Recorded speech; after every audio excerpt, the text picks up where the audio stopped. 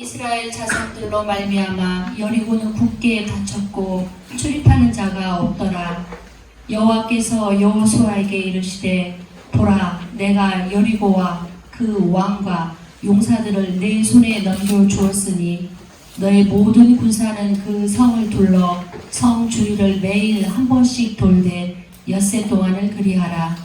제사장 일곱은 일곱 양각 나팔을 잡고 언약궤 앞에서 나아갈 것이요 일곱째 날에는 그 성을 일곱 번 돌며 그 제사장들은 나팔을 불 것이며 제사장들이 양각 나팔을 길게 불어 그 나팔 소리가 너희에게 들릴 때에는 백성은 다 큰 소리로 외쳐 부를 것이라. 그리하면 그 성벽이 무너져 내리니 백성은 각기 앞으로 올라갈지니라 하시매 눈의 아들 여호수아가 제사장들을 불러 그들에게 이르되 너희는 언약궤를 메고 제사장 일곱은 양각 나팔 일곱을 잡고 여호와의 궤 앞에서 나아가라 하고 또 백성에게 이르되 나아가서 그 성을 돌되 무장한 자들이 여호와의 궤 앞에서 나아갈지니라 하니라. 우리 옆분과 앞뒤분과 서로 한번 같이 인사하겠습니다. 나도 나지만 지비를 보니 기도의 원을 그려야 하겠습니다. 시작.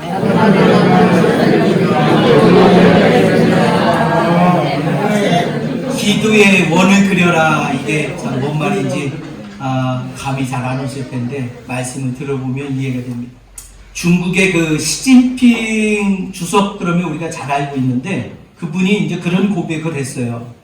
자기가 정치가로서의 성공이라면 성공을 할 수 있었다는 그 계기가 당신의 아버지를 통해서 그렇게 자기가 설 수 있었다는 이야기를 해줍니다. 제가 이렇게 그 글을 쭉 보면서 굉장히 인상이 깊어서 제가 그 글을 여러분한테 먼저 소개하고 하나님의 말씀을 같이 나누려고 해요. 그가 어렸을 때 굉장히 이기적이고 욕심이 많았대요. 그래서 친구들이 다 떠나서 외톨이로 이렇게 지냈었는데 하루는 아버지가 국수를 2개를 말아왔대요. 국수를 2개를 이제 이렇게 그릇에다가 담아서 왔는데 하나의 그 국수 위에는 계란이 올려져 있고 계란이 아주 귀할 텐데 하나의 국수에는 그게 보이지 않는 거예요. 그러면서 네가 선택을 해라 그러더래요. 네가 선택해라. 그러니까 이 시진핑이 어렸을 때 당연히 뭘 선택했겠어요? 계란이 있는 걸 선택했겠죠. 아빠 나 이거 먹을래. 그리고는 그걸 골라서 먹었대요. 아빠는 그래 그거 먹어라. 그리고 한참 먹다 보니까 세상에 아빠 그릇에는 국수 밑에 계란이 2개가 들어있어요. 그게 막 너무나 화가 나고 이 배신감 때문에 어떻게 그럴 수 있느냐고 막 씩씩거렸다는 거예요. 그 다음날 또 똑같이 아빠가 국수를 2개를 말아오셨어요. 역시 하나 위에는 계란이 올려 있었고 하나 위에는 계란이 없더래요. 그래서 시진핑이 생각할 때 틀림없이 저 계란이 없는 것 밑에는 2개가 들었을 것이다 라고 생각을 하고 아빠 나 이거 먹을래. 그리고 계란 없는 거 선택을 했대요. 근데 아무리 먹어도 밑에 계란이 없는 거예요. 근데 그 아빠가 그 시진핑에게 그런 이야기를 해줬다고 합니다. 첫 번째 그 계란이 없었을 때 이렇게 이야기했다는 거죠. 아들아, 눈에 보이는 거가 다가 아니다. 남을 쉽게 이기려 하면 오히려 내가 지는 법이다. 그런 이야기를 해줬대요. 근데 이제 두 번째 그 계란이 전에 들어있지 않는 국수를 먹고 났을 때 아버지가 이렇게 얘기해 줬답니다. 아들아, 너무 경험에 의존하지 마라. 삶이 너를 속일 것이다. 그럴 땐 화를 내거나 실망하지 말고 교훈으로 삼으라. 그런 얘기를 해줬대요. 그리고는 3번째 아버지가 또 그 다음날 국수를 말아 왔는데 똑같이 계란이 있는 것과 없는 것이 이렇게 딱 놓여져 있는데 고르라고 하더래요. 이번에는 시진핑이 그랬답니다. 내가 이제까지 다 골라보고 다 해봤는데 아버지, 이제는 아버지는 우리 집의 가장이고 고생을 많이 하시니까 아버지가 계란이 있는 걸 드세요. 제가 계란 없는 것을 먹겠습니다. 그리고는 계란 없는 것을 골랐답니다. 그리고는 한참 먹다 보니까 웬일인지 이번에는 그 밑에 계란이 2개가 숨겨져 있더래요. 그때에 시진핑 아버지가 이런 이야기를 해줬답니다. 사랑하는 내 아들아, 남에게 베풀어라. 그러면 그보다 더 좋은 일이 너에게 되돌아온다는 것을 잊지 말거라. 남에게 베풀면 더 좋은 것이 돌아오게 될 것이다. 저는 아버지가 주는 이 3가지 교훈을 명심하고 살았고, 솔직히 고백하건대 제가 성공했다면 이 교훈의 덕택이라고 믿습니다. 라고 시진핑이 글을 쓴 책 가운데 하나의 내용을 가져왔습니다. 우리도 이런 귀한 아버지를 만났다면 어땠을까, 이런 생각을 하시는 분들이 지금 있을지도 몰라요. 서로 뭐 수준의 차이일 수 있겠는데 그런 걸 부러워하지 말고, 내가 지금부터 괜찮은 아빠, 괜찮은 엄마가 되면 될 것 같고요. 또 아직 기회가 많이 있으니까 또 젊으신 분들은 그런 사람이 되려고 힘쓰면서 살아가면 좋겠고, 누군가에게 나에게 좋은 교훈을 남겨줬을 때 그것을 인생의 거울로 삼아서 내 삶을 아름답게 세워갈 수 있으면 그보다 더 아름다운 것이 어디 있겠나, 그런 생각을 가져봅니다. 그런 의미에서 두 손을 가슴에 얹고 한번 이렇게 고백해 봤으면 좋겠습니다. 너는 괜찮은 하나님의 사람이다. 시작. 그래요. 정말 우리는 괜찮은 하나님의 사람들이 되어야 되고, 그런 사람이 이미 되었습니다.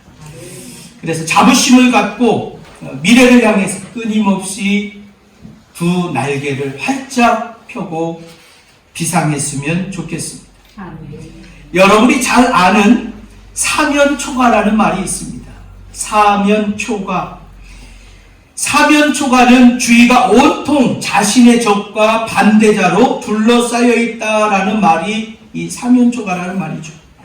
단 한 사람의 동조자도 없어 매우 어려운 상황, 이것이 바로 사면초가입니다. 인생을 살다 보면 수많은 곳에 사면초가의 일을 당하게 될 수도 있고 당하게 될 때가 많습니다. 우리가 인생을 살다 보면 정말 이런 경우가 많아요. 앞을 보아도 캄캄하고 뒤를 보아도 캄캄합니다. 그래서 이 말을 줄여서 앞깜깜, 옆깜깜, 에브리깜깜 이렇게 표현합니다. 헤어날 구멍이라고는 도저히 보이지 않습니다. 그래서 펑펑 울고 싶을 때가 있죠. 너무나 막막하기에 지푸라기라도 잡고 싶은 심정일 때가 인생 살면서 얼마나 많이 있습니까? 그만큼 힘든 상황을 말하는 단어가 사면초가라는 말이죠. 우리가 살다가 힘들고 어려울 때 사람을 찾아가서 도움을 요청을 해봅니다. 그런데 도움이 되지 않을 때가 참 많죠. 내가 좋을 때는 도와주는 사람이 많아요. 근데 내가 어려우면 사람들이 다 피해요. 그러기에 우리가 살아가면서 정말 중요한 것은 누군가의 지팡이가 되어줄 수 있다면 정말 그거 아름다운 거예요. 다른 말로는 내가 누군가의 우산이 되어줄 수 있다면 그것은 정말 소중한 것이라고 그렇게 생각이 되어집니다. 이 방법 저 방법 다 시도해도 소용이 없어요. 오직 전능하시고 살아계신 하나님 앞에서 울 때 역사는 일어납니다. 하나님은 항상 우리 옆에 지팡이가 되어줘 주시는 분이에요. 우리가 인생 살다가 힘들 때 하늘을 쳐다봐도요 그냥 빈 하늘이죠. 근데 하나님을 바라보면 우리의 지팡이가 되어주십니다. 우리의 인생에 소낙비가 내릴 때 그때 하나님을 붙드시면 하나님은 우리의 우산이 되어주십니다. 오늘 본문을 보니까 여리고는 가나안으로 가는 길목에 있어요. 여리고성, 난공불락의 성. 그런데 가나안에 가는 길목에 딱 자리를 잡고 있습니다. 이스라엘 백성이 약속의 땅을 취하기 위하여 나아가려면 반드시 여리고성을 통과해야 됩니다. 함락시켜야 됩니다. 그런데 말입니다. 이 성은 인간적으로 정복할 수 없는 성이에요. 그렇다면 하나님이 주시는 젖과 꿀이 흐르는 가나안 땅에 들어갈 수 없다라는 말도 되는 겁니다. 여리고는 전략적으로 매우 중요한 지점에 놓여 있기 때문입니다. 그런데 여리고는 철벽 요새와 같아서 굳게 닫혔다는 거예요. 오늘 본문 1절을 같이 한번 읽어볼까요?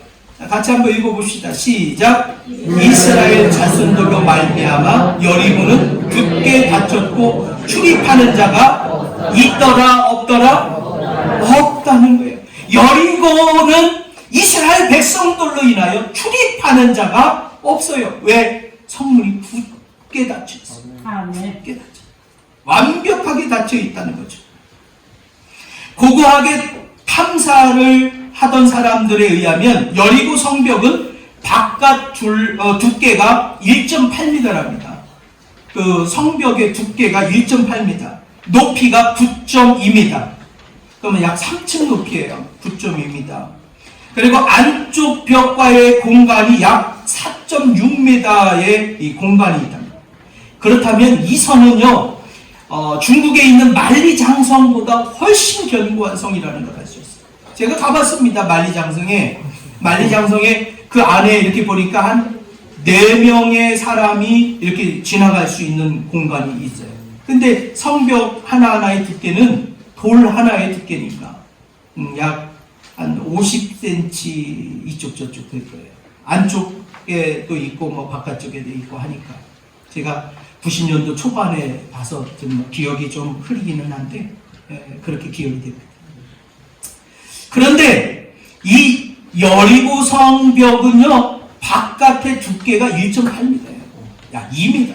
옛날에 그 엄청난 걸 사람이 들어서 옮겨서 쌓은 거예요. 대단한 겁니다.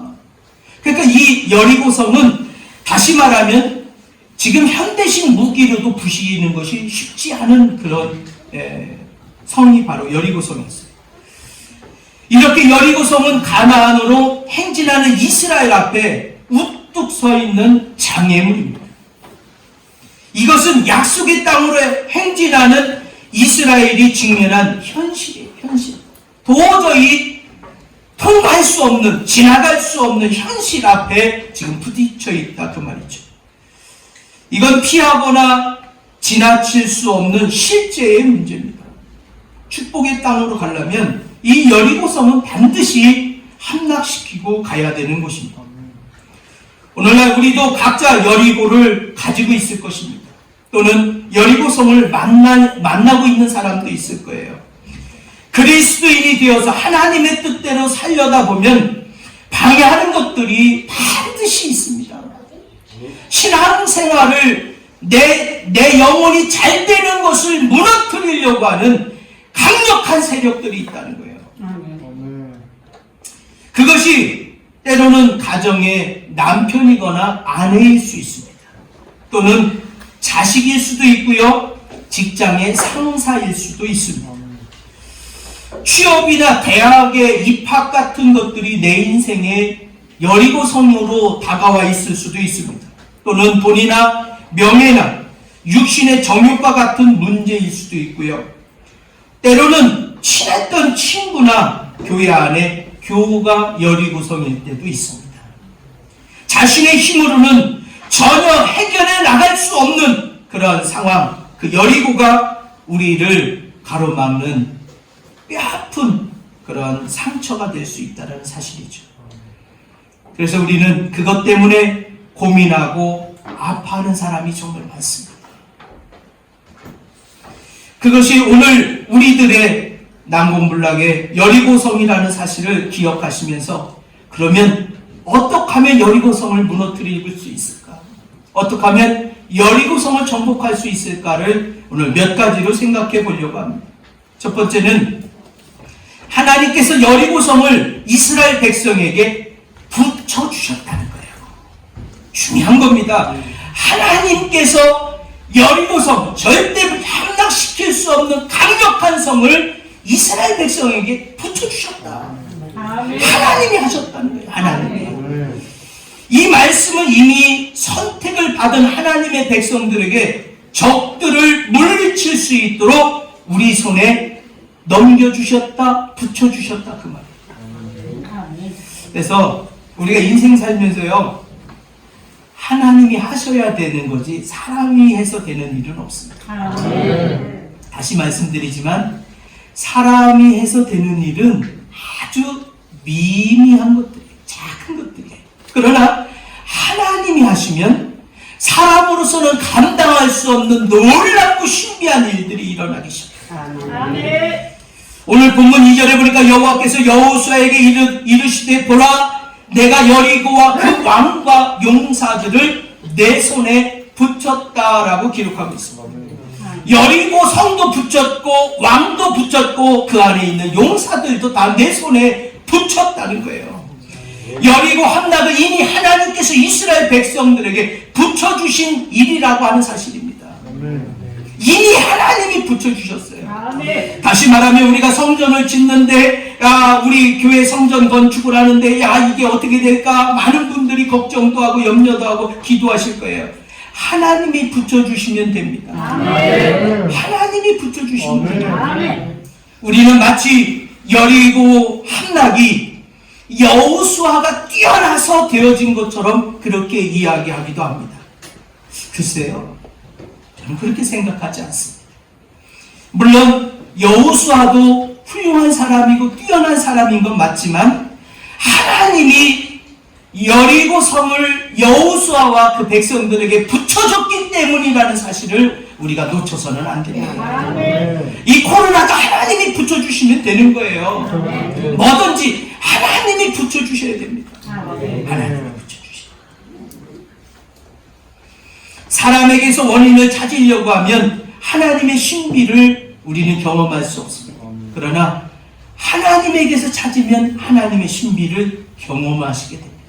하나님이 붙여주시면 되는 거예요. 왜 우리가 염려합니까? 우리는 하나님이 하실 수 있도록 믿고 신뢰하고 기도하고 그렇게 하면 되는 거예요. 하나님이 하십니다.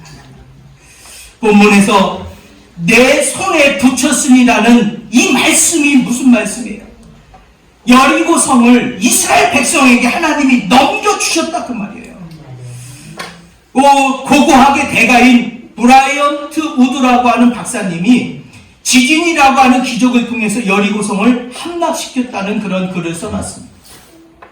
이 박사님의 말에 의하면은 여리고성을요, 이게 지진 외에는 그렇게 흔들어서 그 견고한 성이 무너지지 않고는 다른 방법이 없대요. 이스라엘 백성이 마지막 날 7바퀴를 돌고 나팔을 불고 함성을 질러서 그 소리에 의해서 성이 막 금이 가고 부서진 게 아니라 이 겉에 있는 그 두께만 1.8m, 1.8. 그게 하나님이 흔들지 않고 어떻게 사람의 소리로 흔들려서 무너지느냐. 정말 하나님의 사람들이 가는 곳에는 이미 모든 것을 하나님이 붙여주시는 은혜가 나타날 수밖에 없습니다. 다윗이 전쟁에 나가면 이미 하나님이 그 전쟁을 다윗에게 붙여주셨다는 말이 있어요. 하나님이 다윗이 전쟁을 잘해서 이긴 것도 되겠지만 하나님이 붙여주셨다는 거예요. 그래서 다윗은 전쟁할 때에 항상 두렵고 떨림으로 하는 게 아니라 신바람 나게 가서 싸워요. 그리고는 꼭 전쟁 나가기 전에 하나님께 묻습니다. 하나님, 전쟁할까요 말까요? 이놈아 빨리 가서 싸워라. 그러면 신나게 가는 거예요. 왜? 싸우거나 마나 이기니까. 붙여주셨잖아요. 그러니까 신바람 나게 막 가서 싸우고 이겨요. 그런데 하나님이 가지 마라. 그러면 바로 그냥 좀 기다리자. 하나님이 가지 말면 딱 멈추는 거예요. 그러니까 다윗의 인생 속에는 오직 승리만 있는 거예요. 오늘 저와 여러분의 삶도 하나님을 전적으로 의지함으로 승리의 귀한 역사가 날마다 더하기를 주님의 이름으로 축원합니다. 하나님의 사람들은 어떤 문제가 있을 때마다 믿음의 눈으로 보아야 합니다. 하나님께서 내 손에 붙여주셨다는 것을 잊지 말아야 하고요. 붙여주셨다는 믿음이 있다면 두려움은 빨리 쌈 싸먹어야 돼요. 오늘 저와 여러분의 인생 속에 우리가 하나님이 붙여주시면 된다는 확신을 갖고 아름다운 승리의 삶을 살아가게 주님의 이름으로 축원합니다. 두 번째는 이스라엘 백성들은 기도의 원을 그렸다는 거예요. 아주 중요한 얘기입니다. 상대를 무너뜨리려면 상대방보다 먼저 큰 힘이 있어야 가능합니다. 일반적으로 사람들은 힘을 말할 때 네 가지로 말을 하죠. 첫째는 경제적인 힘, 돈을 말하는 거고요. 두 번째는 지식의 힘, 이거는 아는 것이 힘이다 그랬잖아요. 세 번째는 경험의 힘을 말하고 네 번째는 인맥, 사람의 힘을 말합니다. 정말 이런 것들이 우리의 인생에 큰 힘이 될 수도 있죠. 그런데요, 하나님이 우리를 도우시는 이 영적인 힘은요, 사람이 돕고 돈이 돕고 환경이 돕고 지식이 돕는 것은 한계가 있어요. 그러나 내가 기도함으로 인해서 영적인 하나님의 도우심은요, 상상을 초월해요. 이 하나님은요, 환경도 막 바꿔놓으시고, 환경을. 그렇기 때문에 이게 대단한 거죠.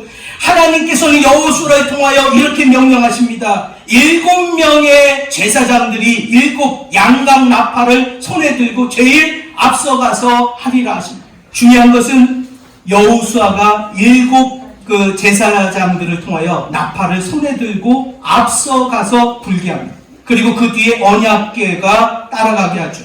그 뒤에는 백성들이 따르면서 매일 하루에 한 바퀴씩 여리고성을 돕니다.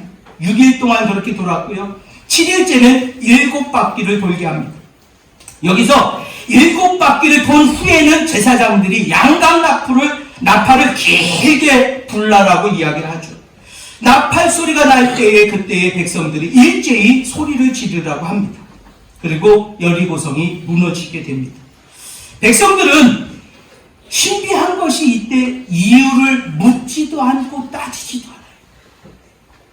참 신비스러워요. 우리 같으면 10번이라도 물어봤을 거예요. 아니, 그거 왜 쓸데없이 그렇게 맨날 돈대요? 할 일도 없이 그걸 왜 돈대요? 막 우리 같으면 그렇게 질문했을 거예요. 근데 이스라엘 백성들은요, 질문을 하지 않아요. 그냥 하나님이 하라니까 아멘 하고 순종하고. 우리는 너무 똑똑해요. 너무 똑똑해요. 질문이 많아요. 왜 그래야 된대요? 왜 그렇게 해야 돼요? 왜 꼭 그렇게만 해야 되나요? 내 방법대로 하면 안 되나요? 내 계획대로 하면 안 되나요? 안 돼요. 그렇게 해서는 우리 인생 앞에 서 있는 여리고가 무너지지 않습니다. 하나님은 순종을 말씀하시고도 있지만 순종을 넘어서 복종을 우리한테 말씀하시고 계십니다. 네가 네 인생을 아름답게 세우려면 하나님의 말씀 앞에 굴복된 인생을 살라는 거예요. 아멘. 하나님 앞에 굴복되지 않은 인생은 빈손이고 헛수고고 그런 거예요. 우리가 내 인생을 세우면 얼마나 견고하게 세워갈 수 있습니까? 한계가 있다니까요. 그런데 이스라엘 백성들 보세요. 이유를 묻지도 따지지도 않고 그냥 갑니다. 불평하지도 않아요. 오직 하나님이 그냥 여리고성을 돌으라니까 그 돌면서 기도하면서 원을 그리는 거예요. 잠잠하게 그냥 원을 그리는 거예요. 신비롭지 않습니까? 헛수고 같아요. 아이고, 저 사람들 쓸데없이 뭐 하려고 저렇게 하루 종일 돌고 있냐. 사람들이 아마 수군수군대고 그랬을 거예요. 사실 이스라엘 백성들이 여리고성을 무너뜨릴 때 가장 힘들었던 것은 이유를 묻지 않고 무조건 기도의 원을 그리는 것이었지 않았을까 생각해 볼 수 있습니다. 이해가 안 가는 하나님의 명령이기에 침묵하고 순종하기란 얼마나 힘든 일이었을까요? 이스라엘 백성들이 한 것은 오직 침묵하고 기도의 원을 그렸다고 하는 사실입니다. 침묵하고 그랬어요. 궁금한 게 엄청 많았겠죠. 왜 그래야 됐습니까? 왜 그렇게만 해야 됩니까? 우리도 뭔가 돌이라도 들어야 되고 뭐 무기라도 준비해야 되지 않느냐고 얼마나 하고 싶은 말이 많았겠어요.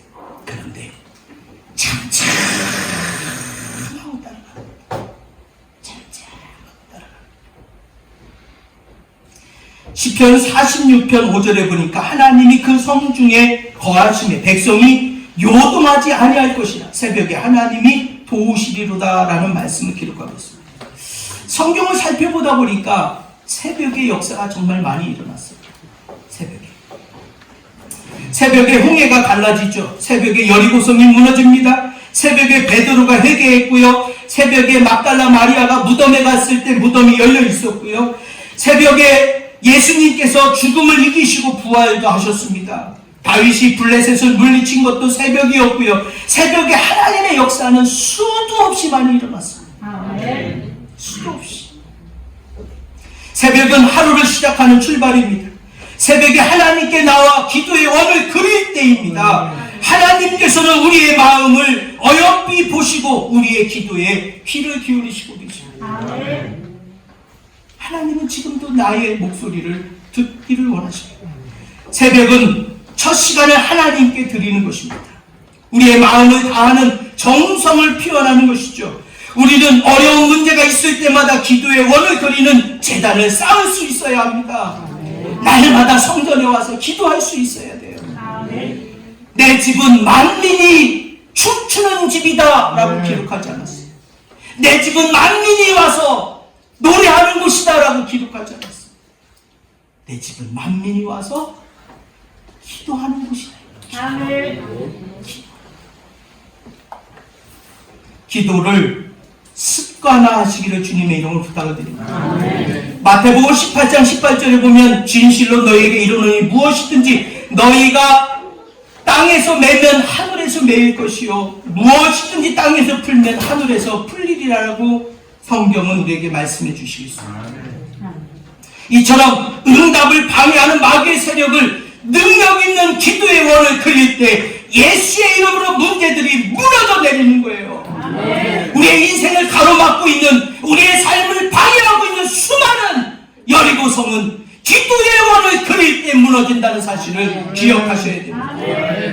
우리가 기도의 원을 그리는 것은 마귀와의 영적 전쟁을 말합니다. 우리가 기도의 원을 그릴 때 마귀는 끝까지 결사적으로 저항을 하려고 합니다. 나를 계속해서 무너뜨리려고 합니다. 그러나 여러분 거기에 굴복하지 마세요. 하나님을 신뢰하세요. 하나님은 능히 결과론적이지만 여리고를 무너뜨리고도 남는 능력을 가지신 분이세요.